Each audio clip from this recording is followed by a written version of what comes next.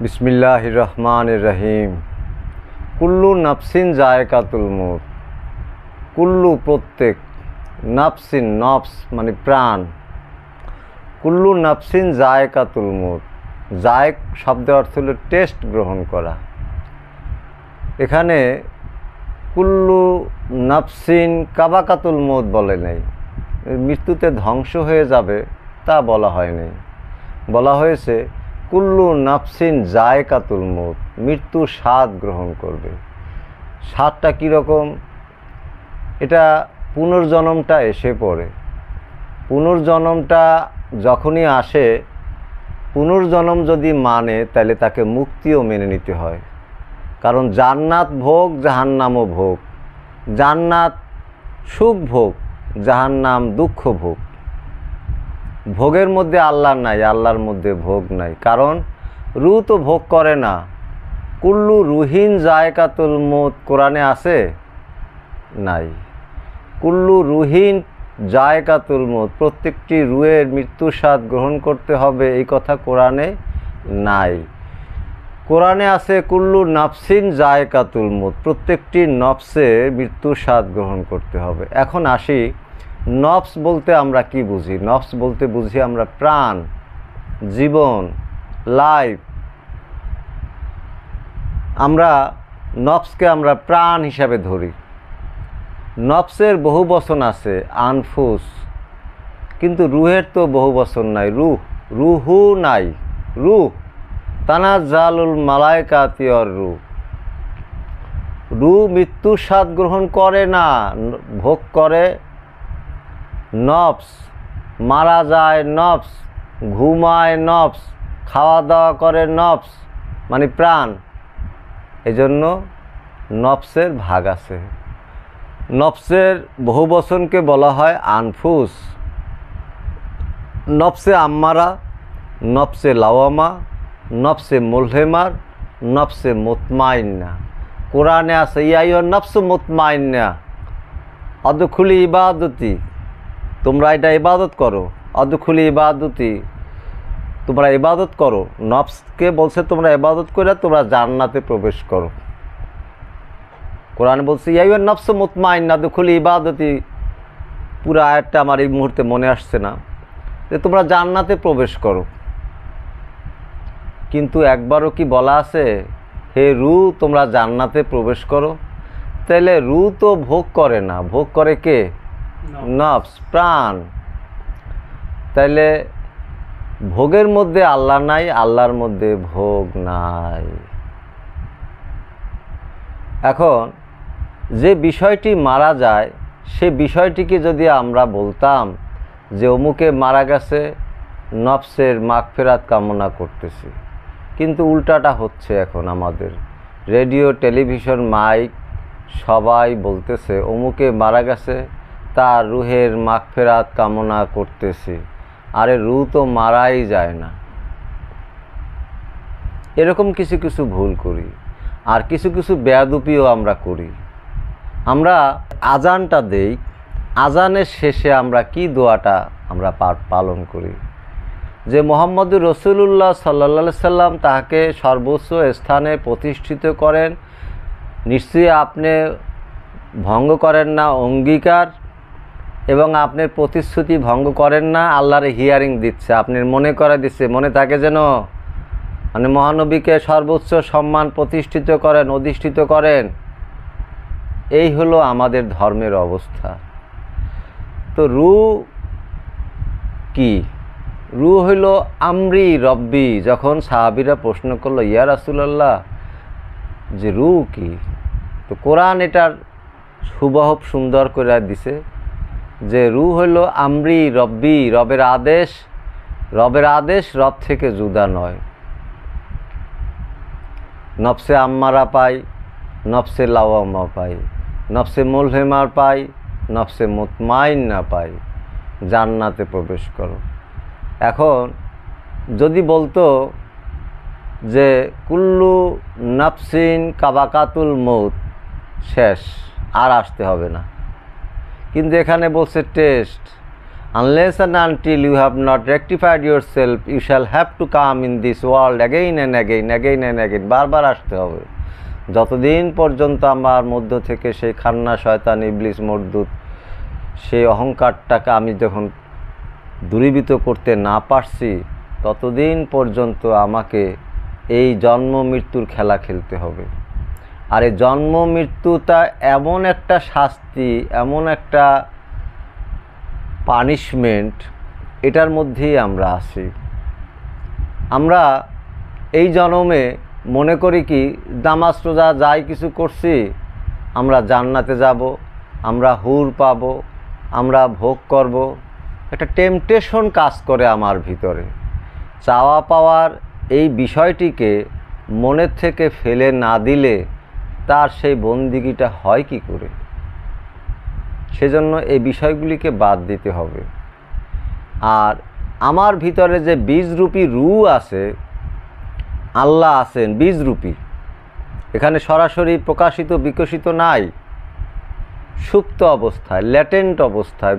তো এটাকে বলার জন্য যে ল্যাটেন্ট অবস্থায়, সুপ্ত অবস্থায়, বীজ অবস্থায় এর মধ্যে আমাদের সবার ভিতরে আছে, মানুষের মধ্যে এবং জিনের ভিতরে।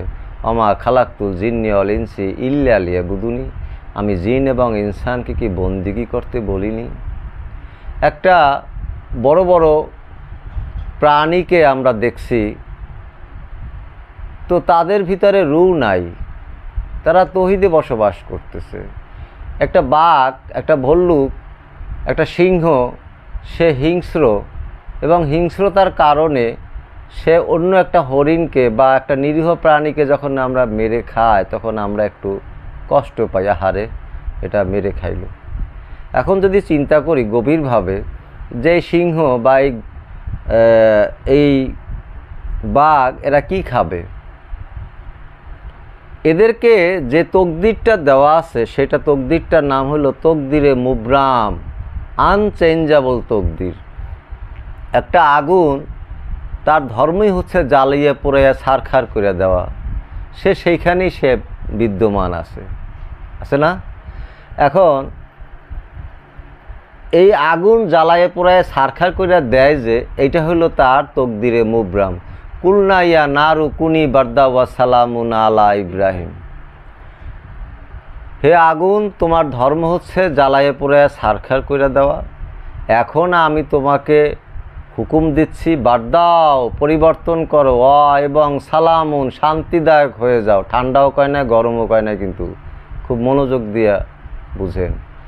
সালামুন আলা ইব্রাহিম, কুলনা ইয়া নারু কুনি বারদাও ও সালামুন আলা ইব্রাহিম, ইব্রাহিমের উপরে শান্তিদায়ক হয়ে যাও। তাহলে রূহ কি করে? রূহ ভোগ করে না, রূহ খায় না, রূহ ঘুমায় না, রূহ মৃত্যুর স্বাদ গ্রহণ করে না। রূহ কি? স্বয়ং আল্লাহ। কিভাবে? কোরআন বলতেছে আমরি রব্বি, এবং বলতেছে অনুফাক্তু মিন রুহি, আমার থেকে আমি রূহ ফুৎকার করি। অর্থাৎ আল্লাহর ভিতরে রূহ আছে, আল্লাহর ভিতরে নফস নাই। যদি আল্লাহর ভিতরে নফস থাকতো তাইলে বিষয়টা কি হইতো? বিষয়টা হয়তো এরকম যে কুল্লু নাফসিন জায়কাতুল মৌত, এই শর্ত অনুযায়ী আল্লাহরও তখন মরে যেতে হয়। এটা হাস্যস্কর বিষয় না? তো এখন আমরা যে কাজটা করতেছি হাস্যস্করই করতেছি। কারণ কি? অমুক আব্দুল করিম, আব্দুর রহিম মারা গেছে, তার রুহের মাগফিরাত কামনা করতে আসি। আরে রুহ তো মারাই যায় না, মারা যায় নফস। হ্যাঁ, তানাজ্জালুল মালায়েকাতি ওয়ার রূহ, এই রাত্রিতে ফেরেশতা পাঠাইয়া আমি নিজে অবতীর্ণ হই। এই জন্য নফস এবং রূহ এই বিষয়টাকে না বুঝলে সুফিবাদে অনেক কিছুই তার বোঝা বাকি থেকে যায়। এবং কাবাকাতুল মৌত যদি বলি তাহলে মৃত্যুতে ধ্বংস হয়ে যায়, মৃত্যুতে শেষ হয়ে যায়, তাকে আর আসতে হয় না। কিন্তু যেহেতু সে টেস্ট গ্রহণ করে সেজন্য সে বারবার আসে, এটাই পুনর্জন্ম।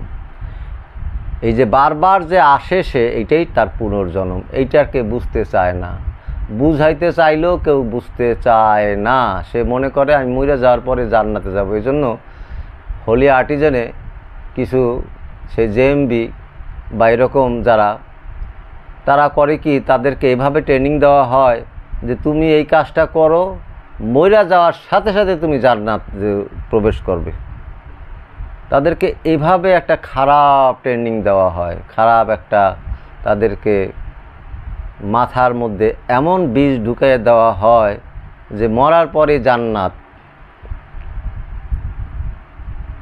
জান্নাত এত সহজ। ইউনূস নবীর মাছের পেটে গেছে, ইউনূস নবীর মাছের পেটে গেছে, ইউনূস নবীর মাছের পেটে গেছে। এক মাসে তারে খাইছে, আর এক মাসে তারে আইসে আবার খাইলো। 40 দিন পরে ইউনূস নবী মাপ চাওয়ার পরে আল্লাহ তারে মাফ করে দিল, গা জারা দিয়া উনি বাড়িতে চলে গেলেন। ইউনূস নবী তো আমাদের মতো মানুষ না। আমরা করি কি, মহানবীকেই আমাদের মতো মানুষ বানাই ফেলাই। ক্বালু ইয়া আইয়ুহান নবী আনা বাশারুম মিসলুকুম, হে নবী আপনি বলে দিন আমি তোমাদের মতোই মানুষ। না না না না, আনা বাশারুম মিসলুকুম, আমি তোমাদের মতোই চামড়ার তৈরি, ভিতরে অন্য মাল। যে নবীর ছায়া পড়তেন না, যে নবী সৃষ্টির আগে ওনাকে বানানো হয়েছে কি, ওনাকে বানানো, সৃষ্টির মধ্যে আনলেই আমরা দোষী সাব্যস্ত হয়ে যাই। কারণ উনি সৃষ্টি না, উনি স্রষ্টা। উনি সৃষ্টি না, উনি স্রষ্টা। এবং কোরআনে যতগুলি আমি রসুল পাঠাইলাম, আমি নবী পাঠাইলাম, আমি সাথে নূর পাঠাইলাম, সাথে কোরআন মজিদ পাঠাইলাম, আগে থেকেই তাকে সেট করে রাখা হয়েছে, শুধু পাঠাইছে।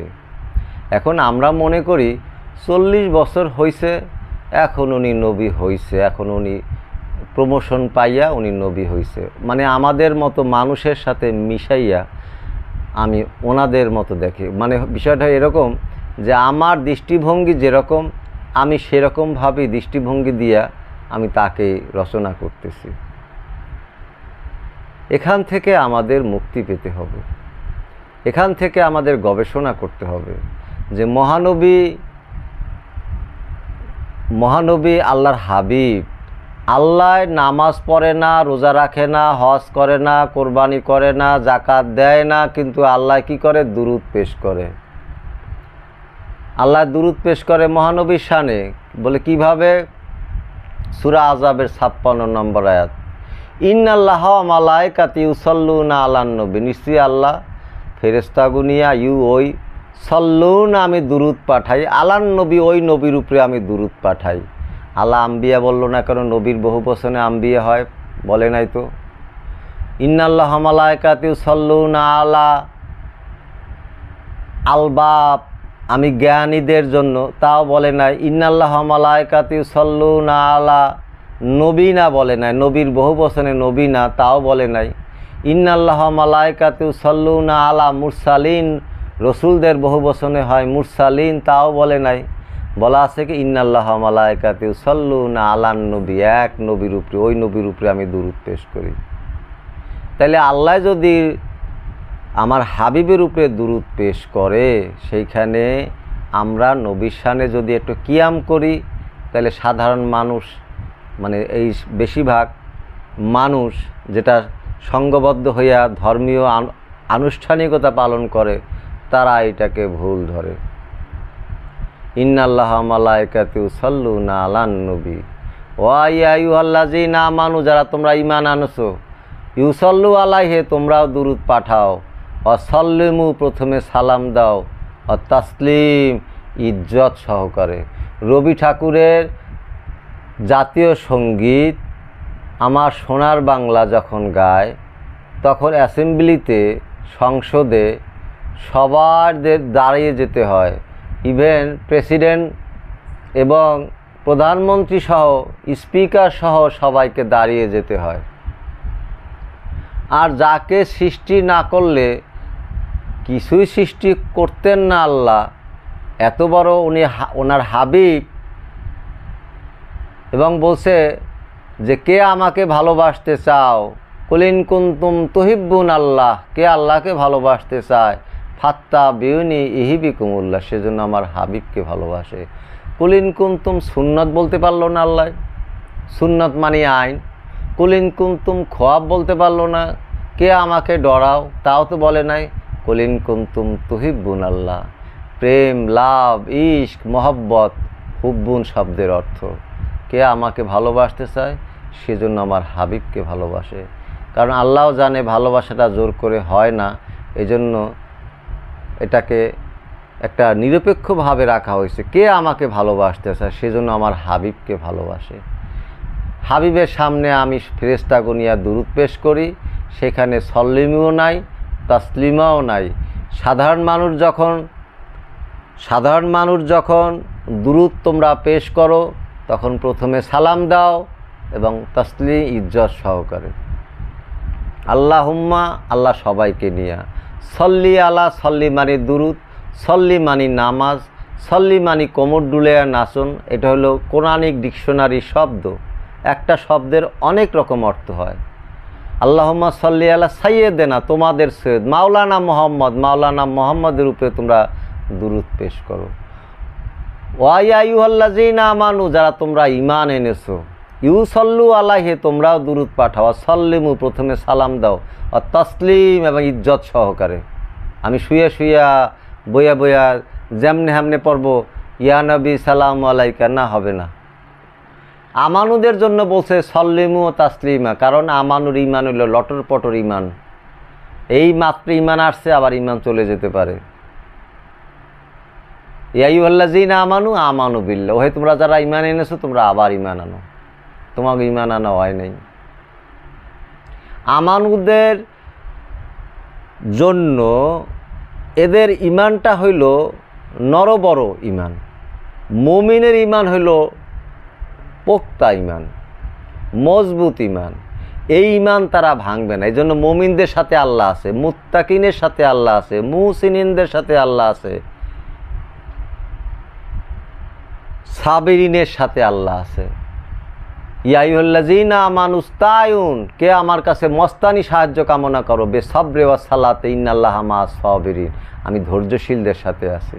কে আমার কাছে মস্তানি সাহায্য কামনা করো, বেসাবরে ওয়াস সালাতে, ধৈর্যের সাথে এবং নামাজের সাথে, ইন্নাল্লাহা, নিশ্চয়ই আল্লাহ, মাআস সাবিরিন, আমি ধৈর্যশীলদের সাথে আছি। ধৈর্যশীল দেখা যায়? ধৈর্যশীল দেখা যায় না। যীশু খ্রিস্ট, ঈসা নবী, যাকে আমরা বলি যে তোমার যদি কেউ এক গালে চর মারে, তাকে অন্য গালটিও পেতে দাও, তাকে অন্য গালটিও পেতে দাও। কে পেতে দিতে পারবে? যে ধৈর্যশীল দিতে পারবে। ধৈর্যশীল দেখা যায় না, ধৈর্যশীল উপর থেকে দেখা যায় না, এটা বিমূর্ত, দেখা যায় না। ধৈর্যশীল সে ভিতর থেকে, অন্তর থেকে সে নিজের মধ্যে সে ধ্যান সাধনা করে যদি নিজের মধ্যে সেই ধৈর্যশীলটা অর্জন করতে পারে, তবেই সে ধৈর্যশীল, না হয় সে ধৈর্যশীল না।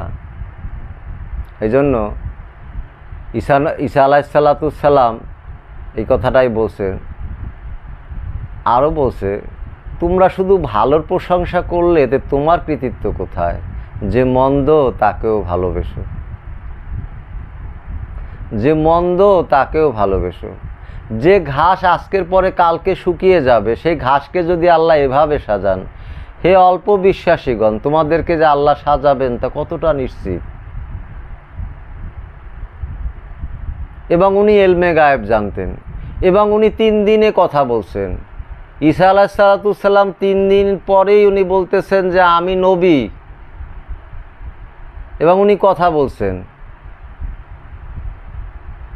অব্রিউল আকমাহা ওয়াল আবরাসা, সূরা আল ইমরানে, অব্রিউল আকমাহা ওয়াল আবরাস, আমি জন্মান্ধ ভালো করতে পারি, আমি কুষ্ঠরোগী ভালো করতে পারি।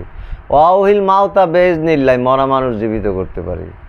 ওয়াউনাবিকুম বিমা তাকুলুনা ওয়া তাদাখিরুনা ফিল বুইতিকুম, তোমাদের ঘরে কোনখানে কোন জিনিসটা রেখে এসেছো এবং কি দিয়ে ভাত খেয়ে এসেছো তা আমি বলে দিতে পারি। কে? ঈসা আলাইহিসসালাম। এখন আমাদের যে নবী, এই নবীকে আমরা যে উনি যে এলমে গায়েব জানেন, এই কথাটা আমরা মানতে পারি না। আমাদের নবীকে আমরা মানতে পারি না, সবচেয়ে লজ্জাজনক কথা। আমাদের নবীকে মনে করি 40 বছর পরে উনি নবী হয়েছেন, উনি আগে নবী আসলেন না। লজ্জাজনক কথা। তাও কাদের মুখ থেকে? যাদের এরকম লম্বা দাড়ি রাখা দিছে, টুপি জুব্বা, মানে ওনারাই মনে হয় বলতে যদি পারতো যে ওনারাই নবী, ওনারাই নবীর চাইতেও বড়। এবং এক জাতীয় মোল্লারা আছে, তারা মনে করে আমাকে বড় ভাই, তারা মনে করে টিচার, তারা মনে করে মাটির তৈরি। অথচ কোরআন বলতেছে খোদে জাকুম ইন্নাল্লাহি নূর কোরআনুম মুবিন, আমি তোমাদের জন্য একজন নূর পাঠাইলাম এবং সাথে সুস্পষ্ট কোরআনও পাঠাইলাম। আমি তোমাদের জন্য রসুল পাঠাইলাম, আমি তোমাদের জন্য নবী পাঠাইলাম। কিন্তু বলে নাই আমি পাঠানোর পরে তারপরে 40 বছর পরে নবী হবে, এভাবে তো বলে নাই। জিবরিল আলাইহিসসালাম যখন ওনার বয়স জিজ্ঞাসা করলেন যে আপনার বয়স কত, এরকম প্রশ্ন আসছে না মহানবীর সাথে? অনেক গল্প না, অনেক ঘটনা আছে। তখন বলল যে ঠিক আছে। তখন জিবরিল আলাইহিসসালামের কাছে বলল যে আচ্ছা তোমার বয়স কত? যে আমি আসলে দেখছি এরকম একটা তারা 70,000 বছর একটা তারা উঠা থাকতো, এরকম করে কতবার 70,000 বার কতবার সেটা আসছে আবার চলে গেছে, এটা আমি দেখছি। বলে যেটা দেখছো তুমি সেইটাই আমি। তাহলে ওনাকে আগে থেকেই সব কিছু রেডি, কিন্তু ওনাকে পাঠানো হয়েছে সবার শেষে, এজন্য সব শেষে ওনাকে দিয়ে ফিনিশিং দেওয়া হয়েছে। কিন্তু আমরা মহানবীকে, নিজের নবীকেই আমরা নিজেরা ছোট করি। ইলমে গায়েব উনি জানেন না, হ্যাঁ। অথচ ঈসা আলাইহিসসালাম উনি বলতেছে যে অব্রিউল আকমাহাল আব্রাসা ওহিল মাউতা বেইজনিল্লাহ নাবিকুম বিমা তাকুলুনা তাদাখিরুনা ফিল বুইতুকুম। এটা আমরা কল্প কাহিনী শুই না বলতেছি না, এটা কোরআনের সূরা আল ইমরান পড়েই বলতেছি।